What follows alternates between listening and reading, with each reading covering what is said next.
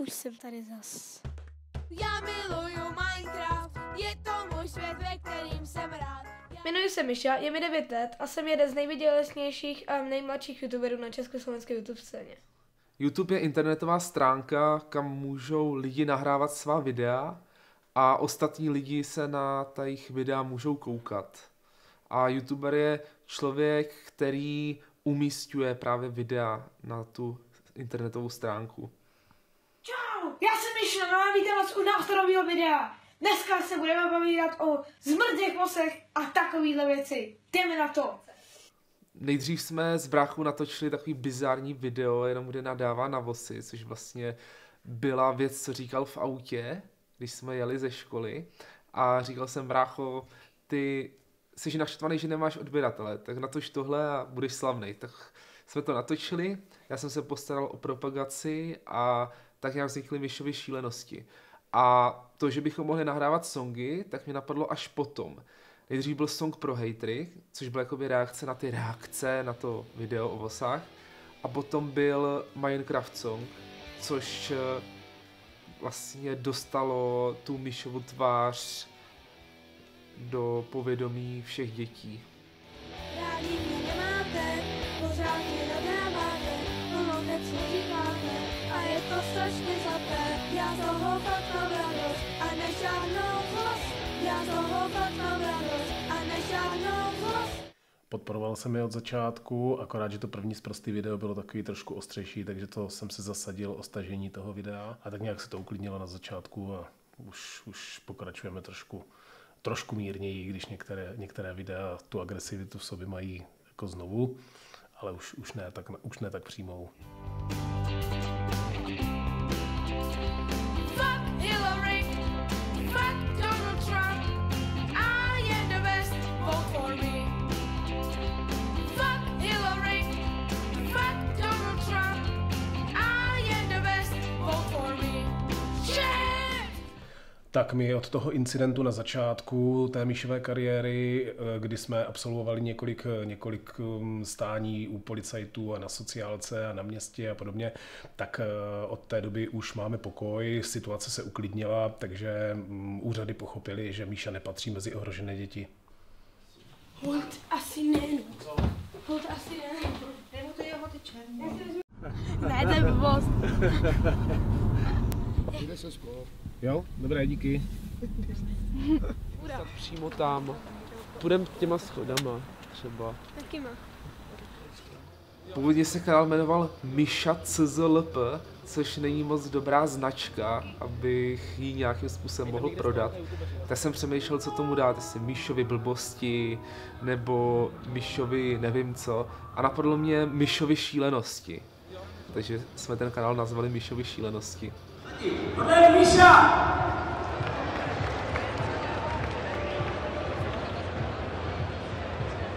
Jaký jsem teda? Já mám Minecraft, co? To má hlasíka, tak řekněme na to. Zpívejte taky.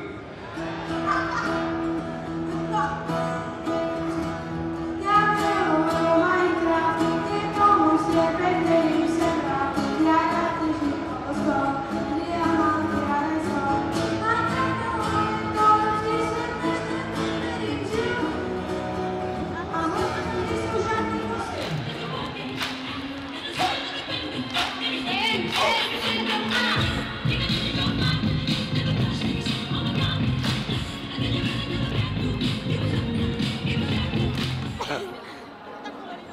Tak Míšo, tak ukaž, co budeš dělat. No, teďka budu tancovat, ale trošku jinak, než to oni ukazujou. Ale fakt jenom trošku. Řekni svůj nápad. Můj nápad? Ty jsi měl řekl. Prostě jim tam zničím celý to tancování a prostě budu tancovat úplně random prostě. A tady zase něco troubí a píská.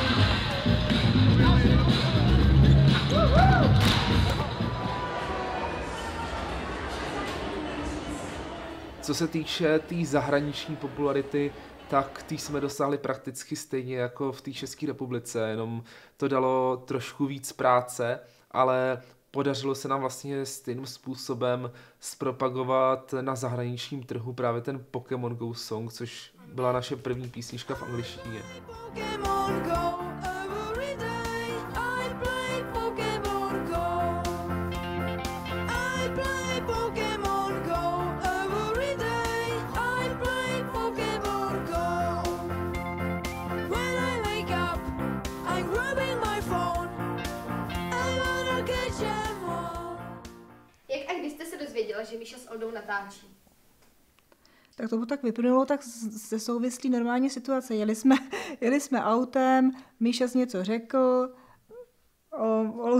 a pak si řekli, natočíme video, tak prostě natočili video.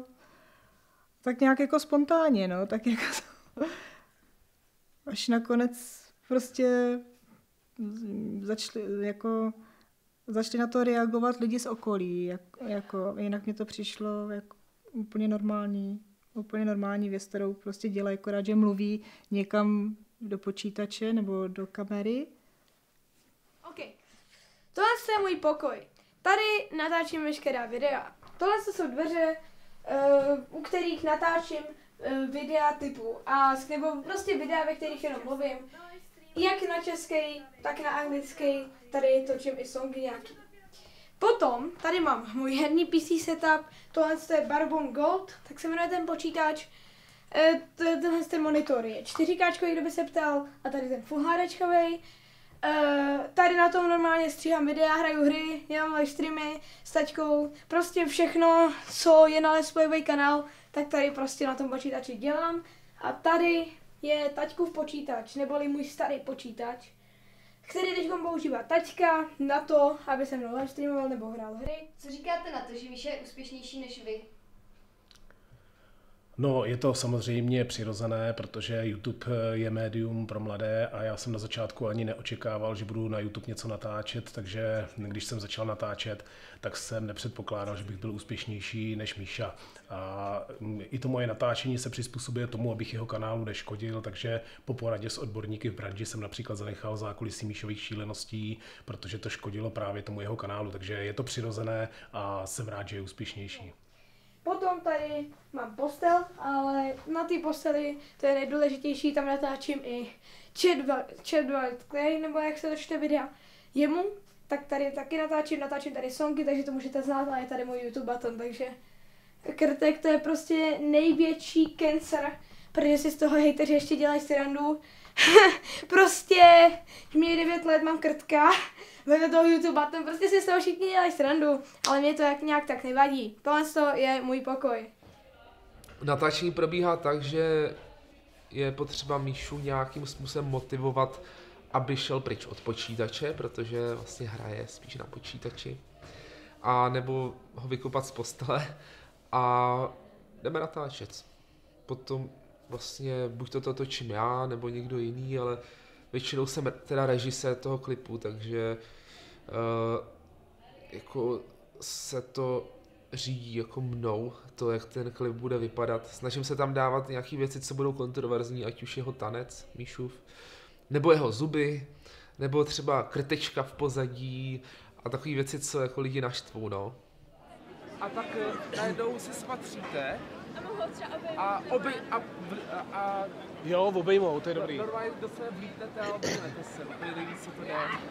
A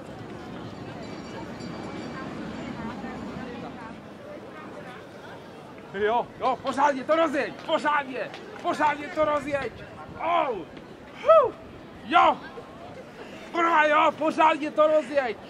Oh, pořádně, jo, a fakáče ještě do toho, jo, oh, jo, dobrý.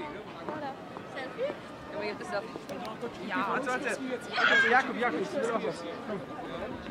já vás natočím. Me too.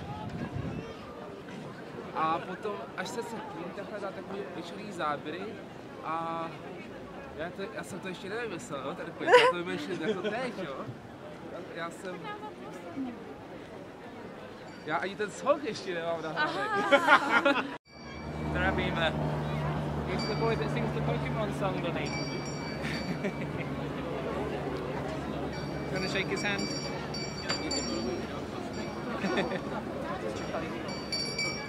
Ale máš dobré písničky.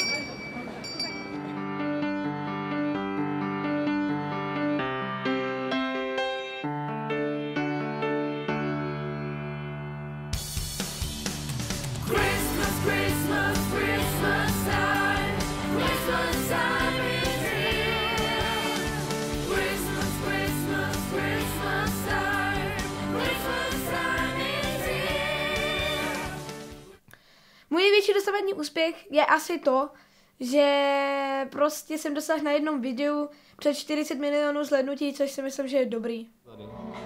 My jsme na kraftovně v Brně a děláme tady to, že tady jsme. Takhle.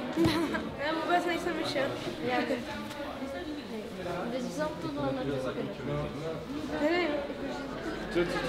Se mě bojím.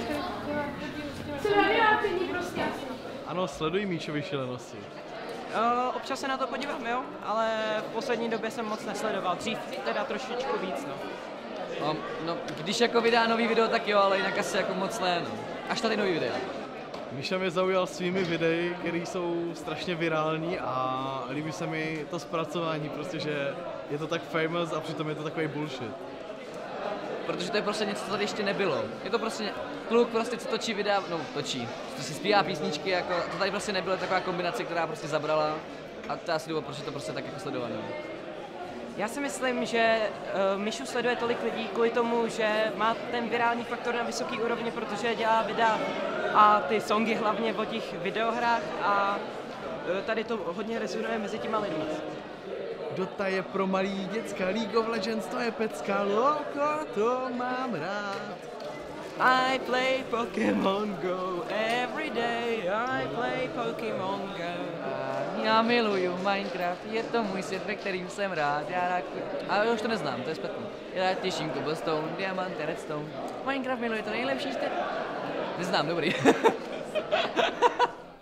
Já věřím tomu, že snad mu to neuškodí, že ho připravujeme na to, že bude jednou připravený i na ústup té slávy, protože na tom YouTube tak, jak rychle člověk se stane slavným, tak rychle se na něj zase zapomene, takže s tím počítáme a zkoušíme připravit i toho malého kluka na to, že ta sláva nebude trvat věčně. Chtěl bych dosáhnout asi toho, prostě pro mě by to bylo teda hodně, ale já si myslím, prostě je to tak 50/50. Myslím si, že to dokážu a taky si myslím, že to nedokážu. Prostě 1 000 000 odběratelů. Neskutečně vděčný budu do konce života chvíli, když jsem na YouTube vlezl a nahrál první video a tím jsem přivedl celý YouTube do straček.